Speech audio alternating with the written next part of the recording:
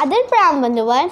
आज मैं अपने दादी के साथ फिर एक कहानी लेके उपस्थित हूँ। मैं आशा करती हूँ कि यह वीडियो आप सबको बहुत अच्छा लगे और अगर यह वीडियो आप सबको पसंद आए तो इसे लाइक, कमेंट, शेयर और सब्सक्राइब ज़रूर करें और बेल आइकन को प्रेस करें। यह कहानी पंचतंत्र की किताब पर आधारित है। इस कहानी का नाम 4 भाई है। एक बार की बात है, एक गांव में 4 ब्राह्मण भाई रहते थे। उनमें से 3 भाई बहुत विद्वान थे, लेकिन उनको अपनी विद्या पर बहुत घमंड था। वो कहते थे कि हमसे ज़्यादा विद्वान इस दुनिया में कोई नहीं है। चौथा भाई थोड़ा कम विद्वान था, लेकिन वो अंदर से बहुत अच्छा और स्नेह भाव का लड़का था। एक दिन तीनों भाई यह योजना बनाते हैं कि वे शहर जाकर अपनी विद्या और बुद्धि का प्रदर्शन करेंगे और जिससे उनको धन मिलेगा। चौथा भाई भी चाहता था कि वह अपनी विद्या का प्रदर्शन करे, लेकिन तीनों भाई उसे मना कर देते हैं। फिर चौथा भाई विनती कर कर कहता है कि भाइयों, कृपया करके मुझे अपने साथ ले जाओ। मैं अपनी विद्या का प्रदर्शन नहीं करूँगा, मैं वहाँ तुम्हारे काम कर दिया करूँगा, कृपया मुझे ले चलो। तो ऐसा कहते ही तीनों भाई के आँख चमक जाते हैं। वो मन ही मन सोचने लगते हैं कि अरे वाह, चलो हम लोग को कोई काम नहीं करना पड़ेगा, कोई काम करने वाला तो मिल ही गया है।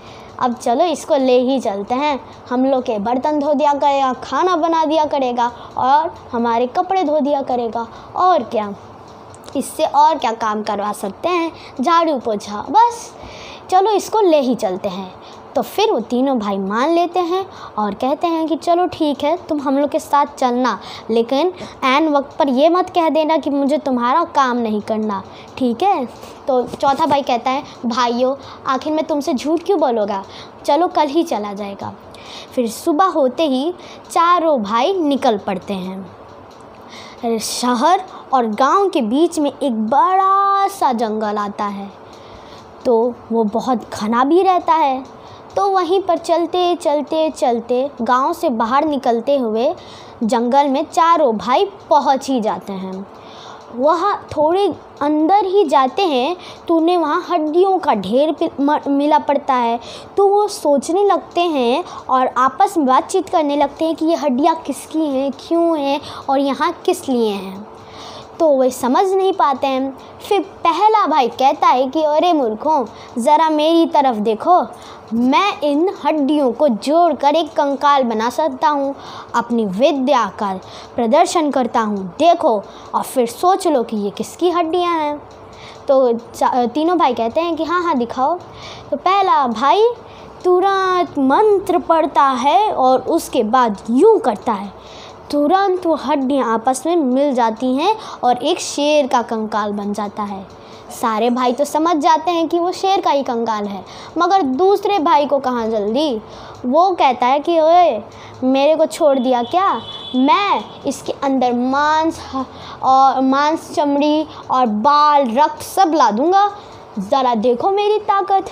तो फिर वो तुरंत मन गुनगुनाता है और उसके बाद उसमें मांस आ जाते हैं, बाल आ जाता है और रक्त आ जाता है।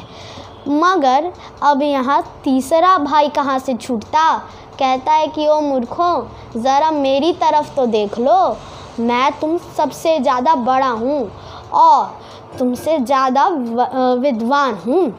मैं इस शेर के अंदर तो रक्त भी ला सकता था, चमड़ी भी ला सकता था और मांस भी ला सकता था, मैं हड्डी को भी जोड़ सकता था, लेकिन तुम दोनों ने यह कार्य कर ही दिया है, तो अब मैं इस शेर के अंदर प्राण फूंक दूंगा।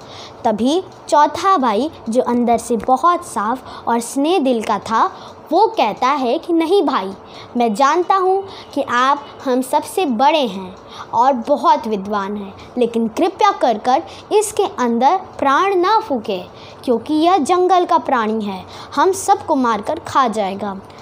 फिर तीसरा भाई कहता है कि अरे, तुम यहाँ हमारा काम करने आए हो या हमारे काम को रोकने आए हो, तुम यहाँ से जाओ, गाँव लौट जाओ। तो कहता है भाई कि नहीं भाइयों, मैं ऐसा क्यों करूँगा, मुझे तो आपके साथ ही चलना था शहर, कृपया ऐसा ना करें। फिर भी तीनों भाई उस पर ध्यान नहीं देते हैं। तो फिर चौथा भाई कहता है तो रुको ज़रा, मुझे पेड़ पे चढ़ जाने दो। फिर देखो कि मैं तुम्हें चेतावनी दे रहा हूँ और तुमने मेरी बात नहीं मानी। वो तुरंत दौड़कर एक पेड़ पर चढ़ जाता है। फिर तीनों भाई उसको देखकर ठकार कर हंस देते हैं, कहते हैं कि वाह मूर्ख, तुम्हें तो नाटक करना चाहिए, नाटक, उसके तो कम से कम तुम्हें पैसे मिल जाएंगे। फिर भी चौथा भाई कुछ नहीं कहता है, क्योंकि वो दयालु और स्नेह दिल का है। तो फिर तीसरा भाई तुरंत कुछ मन गुनगुनाता है और शेर के अंदर प्राण फूंक देता है, जिससे वो जीवित हो जाता है। अब हालांकि शेर जंगल का प्राणी, उसे क्या पता उसे किस लिए बनाया गया, क्यों बनाया और कौन बनाया। वो तो अपने शिकार को सामने देखते ही उस पर झपट्टा मार के खा जाएगा। अपने सामने 3 हट्टे कट्टे आदमियों को देखते ही वह उस पर झपट्टा मारता है और तीनों भाइयों को खा जाता है। चौथा भाई बहुत दुखी होता है और उसके आँख में आंसू आ जाता है, लेकिन वो मन ही मन सोचता है कि मैं उनसे ज़्यादा विद्वान तो नहीं था। फिर भी वे विद्वान होकर भी इतने घमंड में चूर थे कि वे इतना भी नहीं समझे कि शेरों को कहाँ दिमाग। अब वे तुरंत शेर के जाते ही सही समय देखकर गांव वापस लौट जाता है, लेकिन वो रास्ते भर यही सोचता है कि काश मैं अपने भाइयों को थोड़ा ज्ञान दे पाता। बंधुवर, इस कहानी से हमें यह सीख मिलती है कि चाहे हम कितने भी विद्वान हों, कितने ही अमीर हों, हमें कभी भी घमंड नहीं करना चाहिए और हमेशा स्नेह भाव से रहना चाहिए। धन्यवाद।